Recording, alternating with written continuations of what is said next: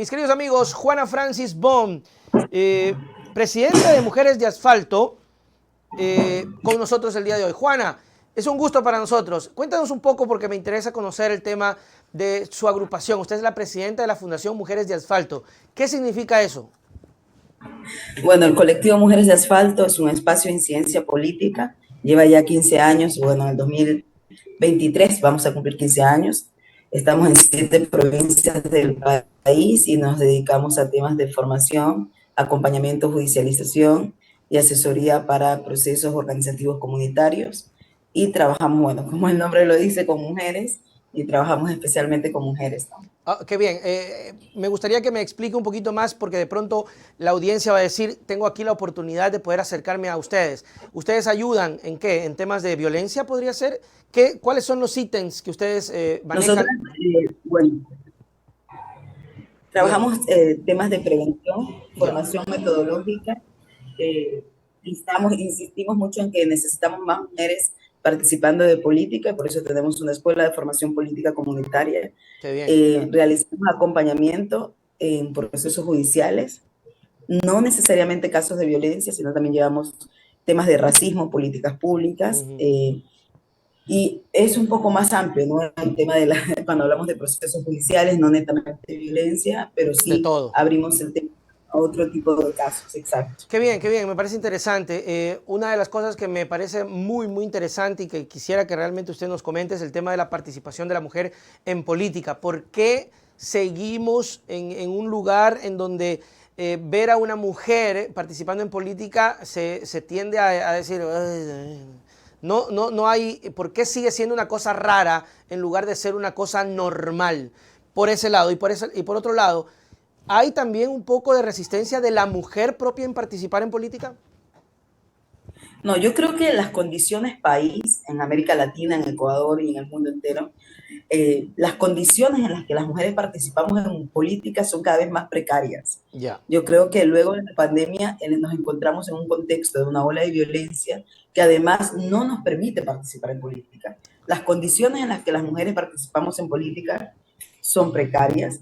Segundo, no es que hay una resistencia. Hace 4 años nosotros realizamos una investigación con Asuntos del Sur, que es una organización, bueno, que está con sede en Argentina, pero que tiene a nivel de Latinoamérica como que varios espacios, y las mujeres no participaban en política por 3 motivos. Ya. Uno que tenía que ver con las plazas económicas y Ya. las condiciones económicas. La segunda que tenía mucha relación, tenía que ver además con el tema de las estéticas, tanto narrativas como físicas. ¿No? No todas las estéticas de las mujeres son políticas, Ya. aunque lo son, pero no son política partidista, ¿no? Esa es una parte de las organizaciones. Y el tercer punto es que la institucionalidad, ¿no?, que nos permite hacer política, que son las organizaciones, no tienen una agenda política de género, Ok. no tienen una agenda política de mujeres y no tienen una agenda política de diversidades. Entonces, ellos creen que es un tema de colorismo, ¿no? Vamos a poner una mujer negra, vamos a poner una indígena, Ya. vamos a poner una rural, pero no es que está pensado el espacio político para que las mujeres participen en política en condiciones de agenda política, o sea, en que la institucionalidad tenga una estructura para participar de política.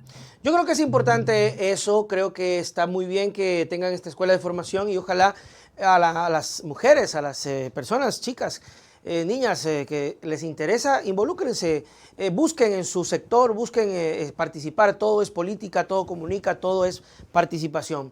Juana, oiga, háblenos un poco de lo que está ocurriendo en Esmeraldas, crea lo que nosotros acá escuchamos, vemos las noticias sobre la inseguridad. ¿Qué está pasando en Esmeraldas?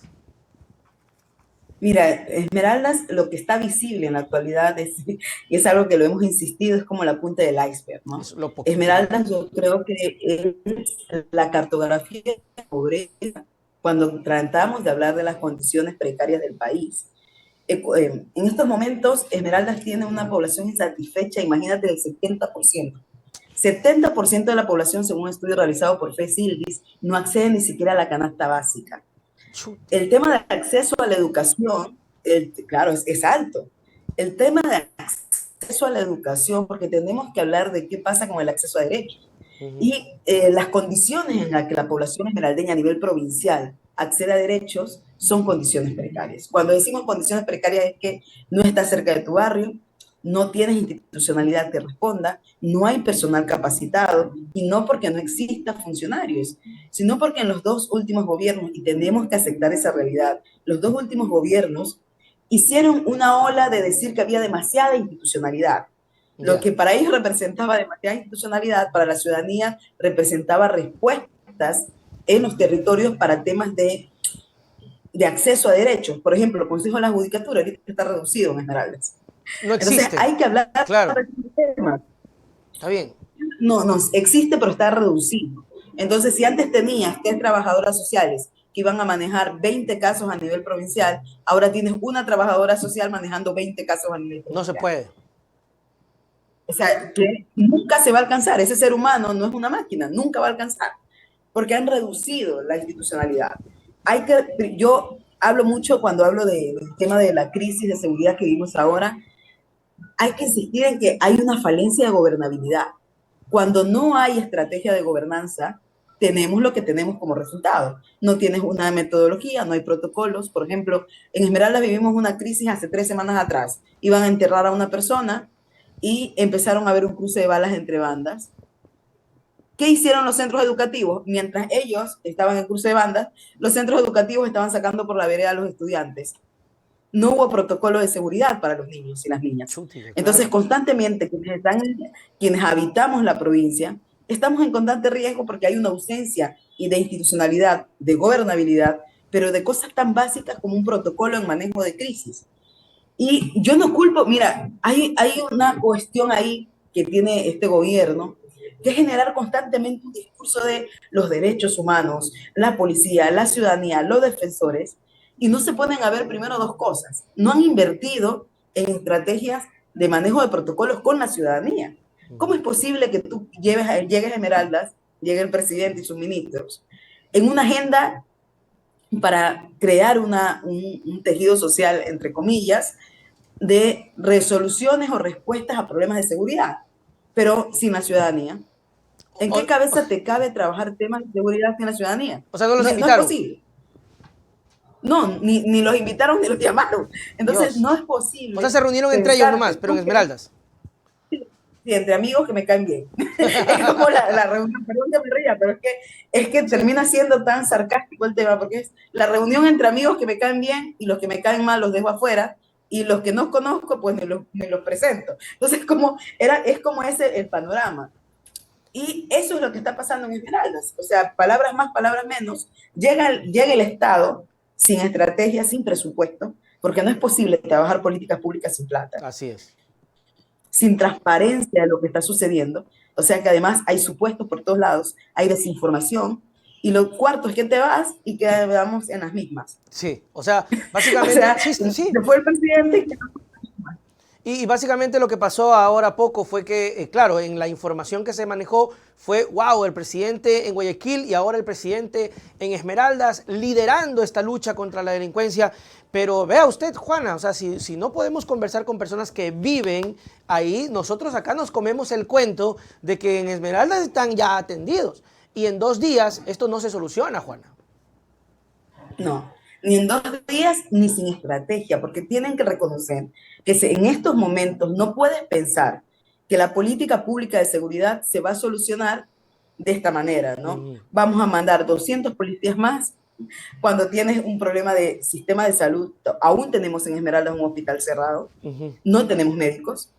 Los centros educativos les tocó suspender clases, ir a la virtualidad, no se accede a virtualidad, no podemos normalizar esta política de, ay, no, es que ya asesinaron a 3 personas, ya no va a haber más muertos.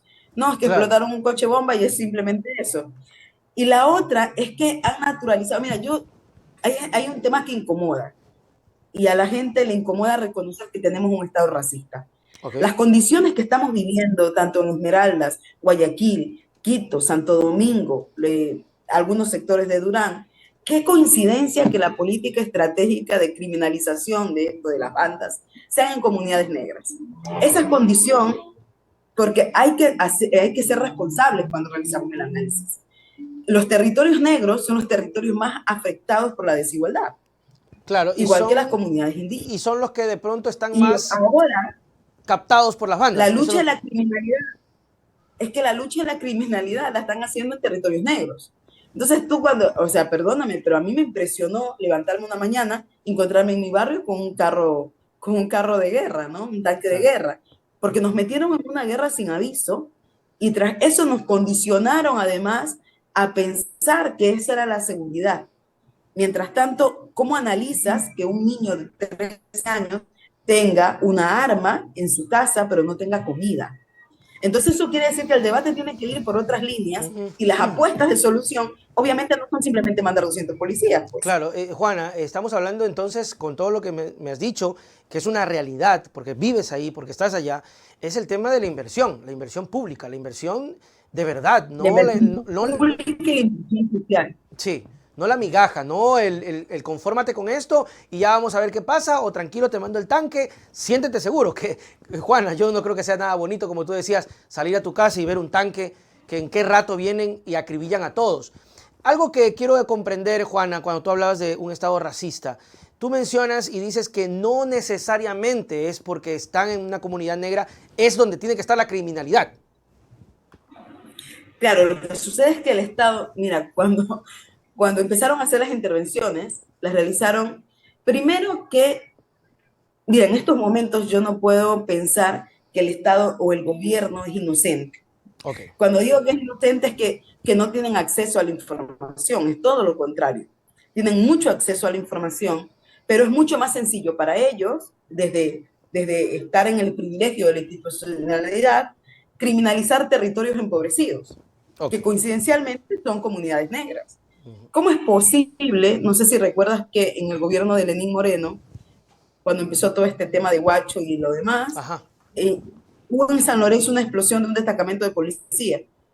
Mismo destacamento que hasta la actualidad no ha sido reconstruido. Dios santo. Entonces, pero llegas con una agenda de propuestas de que vas a construir nuevos UPC, de que vas a hacer esto, y cuando le preguntaron al capitán Zapata, su respuesta es que esa planificación es para el 2023. Sí. Entonces, mientras tanto, ustedes espérense, tengan tranquilidad, siéntense en sus casas, pasen encerrados, que luego vamos a continuar. No es posible. Y luego las declaraciones de Ordóñez de decir que estábamos exagerando, ¿no? Claro. Que los comerciantes en Esmeraldas estaban exagerando, que los medios de comunicación alternativos de Esmeraldas están exagerando. Por el cierre de los negocios. Entonces, claro, nuestra respuesta fue, mira, yo vivo en un barrio que casi el 30% de la gente se ha movilizado. Chútica, se está yendo. La gente o migró o puso en venta su casa, pero hasta la migración es un privilegio, ¿sabes? Porque no cualquiera va a conseguir plata para boletos, para irse, ni tener las condiciones para migrar. Totalmente. O sea, ¿por qué tenemos que ser nosotras y nosotros quienes nos salgamos de nuestro territorio? Porque con un despojo, tenemos el despojo de día, con un despojo ahora de habitar tranquilamente, porque el Estado no tiene la capacidad de gobernabilidad. Porque el gobierno no tiene ni siquiera una misión estratégica para decir esto es gobernanza, ¿no? Entonces, estas condiciones en las que estamos en estos momentos en Esmeraldas, y tras eso que no hay oportunidad de empleabilidad, no hay condiciones para verte, no hay un plan, imagínate que un adolescente no tenga un plan de vida. ¿Hacia dónde estás apuntando como sociedad? Esa es la parte más crítica, que nuestros jóvenes no piensen en que tengan oportunidad de vida dentro de la provincia, y además, mira, para mí es tan cruel que yo empiezo a pensar, en estas condiciones de despojo, de migración forzosa, estamos hablando de un censo que va a ser extremadamente criminal, porque pasamos de ser una octava provincia con un número de población elevado, nos van a reducir, pues. Y eso quiere decir que si nos reducen también la cantidad de plata de inversión. Pero mientras tanto, la refinería continúa. Tenemos proyectos estratégicos en zona del norte, donde sí entró la maquinaria, pero no hay educación y no hay salud porque no hay bancas y pupitres en las escuelas, eso continúa. Entonces el Estado cruelmente nos está despojando de todo. Es totalmente irónico, ¿no? Porque supuestamente el Estado debería más bien ayudar, identificar, visualizar, invertir. Pero es claro, Juana, con lo que nos has mencionado, que esta visita, yo no sé si todavía el presidente esté ahí, me dirá si está todavía, porque supuestamente iba a ir, ya no está. O sea, ya se acabó la emergencia en Esmeraldas, ya no pasa nada en Esmeraldas. porque ya se fue el presidente. Esto es una cosa. Juana, sobre el tema de la inversión a la policía, sobre el presupuesto, ¿qué concepto te trae el hecho de que los ministerios no hayan gastado el presupuesto? Es decir, para la gente que trabaja en el gobierno, un buen funcionario es aquel que no gasta la plata. Sí, desgraciadamente yo creo que hay una... Mira, yo por eso hablo mucho de la desinformación. No tenemos acceso. En estos momentos, si tú pides un informe o pides información al Ministerio de Economía y Finanzas sobre cuánta plata se ha invertido en ciertos temas, te mandan cifras generales de forma escueta, pero no te mandan el detalle. No hay transparencia.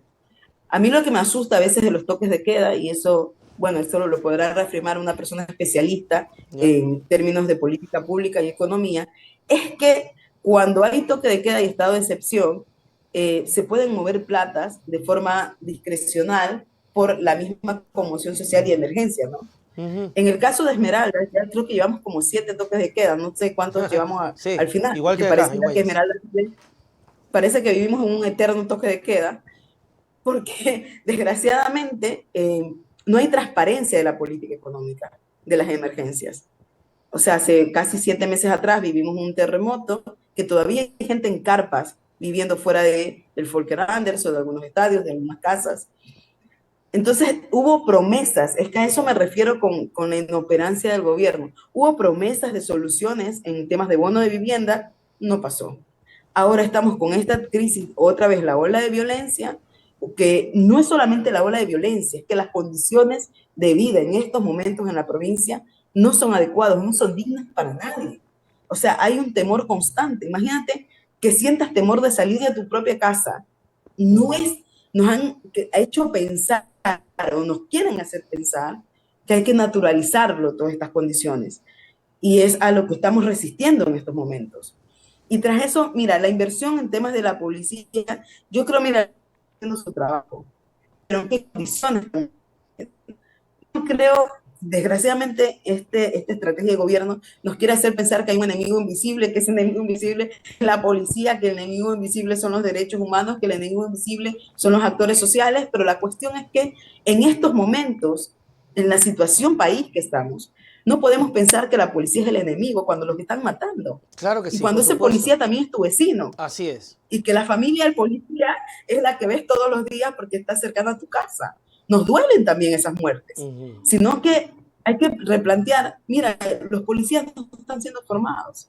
Imagínate, los matan y no tienen chaleco antibalas. Sí, Entonces, desgraciadamente, pareciera, y yo en algún momento lo decía en Twitter, pareciera que este gobierno nos odiara como ciudadanos, sí, ¿no? Pareciera que porque no, no hay, no sé para qué participó o qué no gobierno hay, está claro, atendiendo. no hay un ciudadano que calce.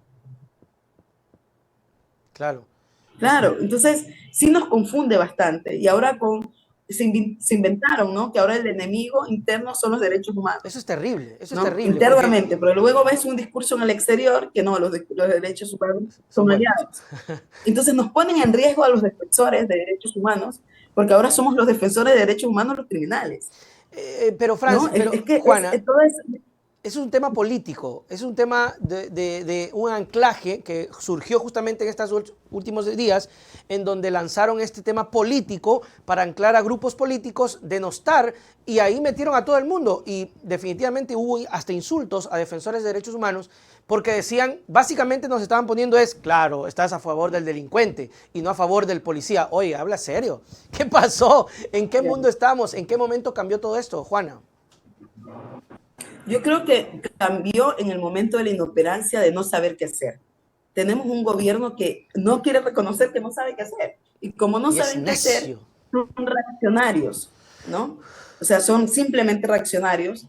Y creo que no dimensionaron el discurso político que estaban posicionando en los medios. Ujú. Porque escuchar a una autoridad policial, escuchar a un ministro, escuchar a un presidente con ese discurso, claro que iba a erosionar más. Mira, nosotros estamos ya de por sí en una sociedad que está tan sensible que lanzas una gota de pimienta o una gota de mostaza y reacciona como una bomba. Ujú. Y un discurso de este tipo, era, dice mi hermano, era poner la gasolina y poner el fuego en la misma línea. Entonces lanzas un discurso de este tipo, con tal nivel de desinformación, y además lo emite alguien que tú consideras que es autoridad, Ujú. claro que iba a ocasionar lo que está pasando. Ahora en las redes hay acoso a defensores de derechos humanos, Ujú. sobre todo a las defensoras que están más en riesgo, más expuestas. Nuestra información está pública, nuestros espacios de condiciones de trabajo están públicos. Yo creo que no se pensaron esto. Entonces, desgraciadamente, sí, yo creo que, mira, en este momento, decíamos con un grupo de compañeras, hay que pensar en qué soluciones queremos. Ok, ¿cuáles Y son las que han nosotras, por visto ejemplo, ustedes de hablábamos de, soluciones? oye, contrata un equipo, contrata un equipo consultor y genera protocolos para centros educativos, Ok, hospitales y para la misma perfecto. policía. Tercero, y no se puede hacer una agenda de justicia, paz y reparación en este momento, pues genera una mesa de diálogos responsables. Mira, jamás la ciudadanía va a estar en la misma condición con el Estado, por Nunca. la misma cantidad de recursos, por el ejercicio de poder como tal, pero se necesita apostar por mesas de trabajo que tengamos una relación y una toma de decisión entre iguales. Pero si tú te reúnes con tus ministros, que además te van a maquillar la realidad, que además suponen ellos en su imaginario de privilegios que no está pasando nada, Sí. no va a ser jamás una entrada para porciones. En estos momentos sí toca que los funcionarios del gobierno estén en los territorios, sí. Porque si tú me dices que el espacio es seguro, pues bueno, bájate a la oficina del Ministerio del Interior a Esmeraldas, bájate a otra oficina a Domingo, y No lo bájate a van a otra hacer. oficina a Guayaquil, y por favor, transita por las calles sin seguridad, Ajá, transita en las calles sin guardaespaldas, no lo porque es van a la hacer. única forma en que te puedas poner en la misma condición del otro. Pero sí necesitamos protocolos emergentes, tanto para el acceso a derechos, necesitamos medidas urgentes en relación de empleabilidad, y necesitamos una estrategia con la cooperación internacional que además tiene harta experiencia, Naciones Unidas, GIZ, FECIL y demás instituciones, en trabajar temas territoriales en políticas de cultura de paz. Ujú. Necesitamos trabajarlo, no es posible que esté por fuera de eso. Tú no me Totalmente. puedes plantear una estrategia de seguridad solamente militarizando y pensando que con más armas ya está la solución, ¿no? Si fuese así, imagínense, hace rato de pronto se hubiese solucionado algo, pero no es. Juana Francis Bon, gracias, presidenta de la Fundación de Mujeres de Asfalto. Una felicitación, el trabajo que ustedes hacen está muy, muy complicado, siempre va a ser un reto.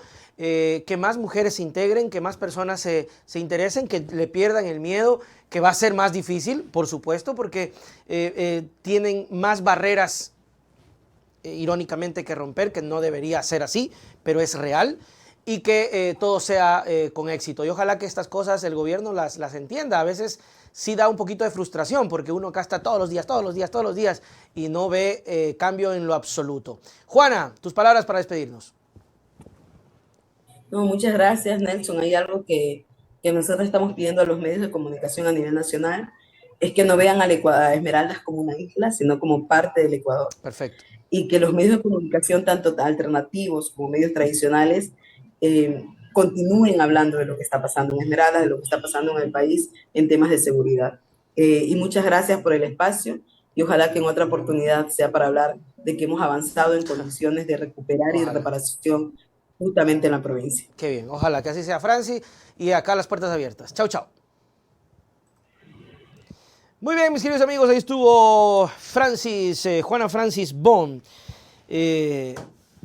Ahí están nuestros luchadores sociales, ahí está gente que, oiga, yo la verdad que sí voy siempre a admirar a la gente que se involucra en este tipo de situaciones políticas, de luchas sociales, de derechos, porque creo que si no existieran ellos, cuántas injusticias, si aún así existen, imagínense ustedes sin estas personas que están ahí para apoyar, que son una pequeña luz en esta oscuridad tan terrible. Así que felicitaciones, felicitaciones a Francis, al doctor Cabanilla, que están emprendiendo esto. Ojalá, claro, lo de Francis es muy diferente a lo de Cabanilla, ¿no? Cabanilla nos hablaba de un proyecto político que me parece legítimo y real, y Francis más por el tema de los derechos humanos. Los derechos humanos que hoy el presidente de la República ha tratado de tergiversar, que ha enviado un discurso explosivo, que quiere cambiar la perspectiva y echarle la culpa a todo el mundo. Ya no se le echó culpa a Correa, se le echó culpa a los derechos humanos. Por Dios, señor presidente. Los derechos humanos son organismos que incluso usted en algún momento lo va a necesitar o seguramente lo va a buscar, como el señor Villavicencio, que se arropó y hoy habló mal de los derechos humanos. Es una cosa irónica. Y así con todos los políticos que se benefician de los derechos humanos y que luego hablan mal de los derechos humanos. Entiendas esto, presidente. La guerra de bandas está dándose en las cárceles, en un sector muy pequeño y reducido de control del Estado. Punto. Y la seguridad es competencia directa de ustedes. Con eso nos despedimos, mis queridos amigos. Gracias por estar con nosotros y aguantarnos.